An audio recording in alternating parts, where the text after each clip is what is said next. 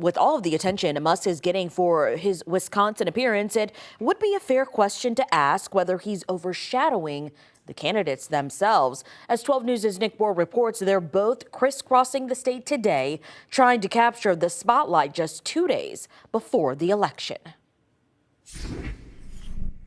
Who wants to help me win an election?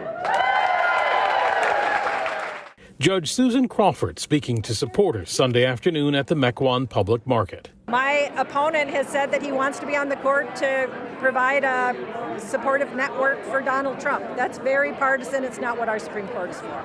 Crawford said Musk's presence in the campaign's final days is inescapable, bristling that someone she's never met is suggesting she'd rule on cases based on her personal opinions. This pledge that people sign about activist judges, that judges shouldn't bring their own opinions to the table. I mean, do you find that offensive? How does that personally make you feel when someone's paying for this type of a pledge that obviously assumes that's what you would do? Right. Well, I believe judges should be fair and impartial.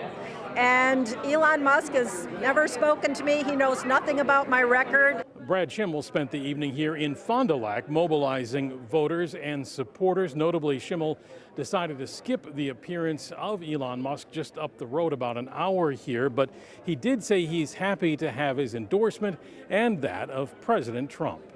Hello, Brad. It's your favorite president. Crowding into the bar at a Fond du Lac roller rink, Schimel recounted a conversation with Trump a little over a week ago as he urged supporters on. Because if we don't win this on Tuesday, our next chance is not till 2028. The leftists on the court will have had 5 years to kick our teeth in. We will not recognize our state when we get to the end of that 5 years. We have to do this on Tuesday. After greeting supporters, Schimel said he would judge cases based only on the law. I have always followed the law.